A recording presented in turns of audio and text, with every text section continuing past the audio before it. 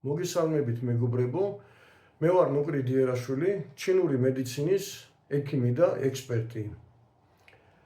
დღეს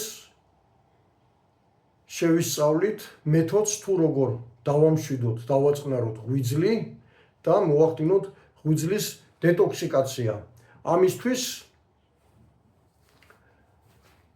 ხელზე არის წერტილი, რომელსაც ქვია ხეგუ.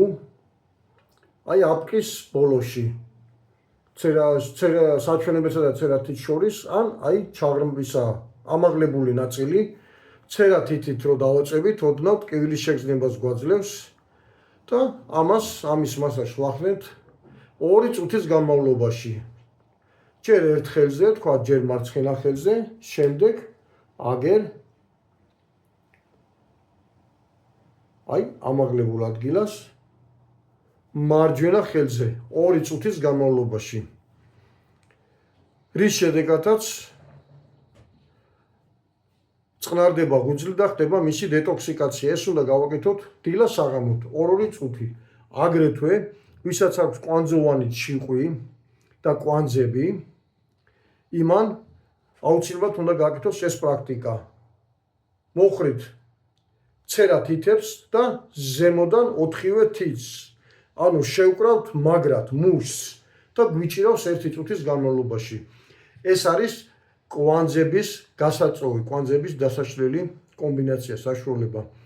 ანუ ჯერ 2 წუთი ვამშვიდებთ ღვიძლს, ხდება სითხის მოქცევისა და ენერგიის ცის ცირკულაცია ნორმალური, შემდეგ უკვე ვხრით ცერათითებს და 4-ვე თითით ვიჭერთ მაგრად ამ თითს 1 წუთის განმავლობაში გვიჭირავს.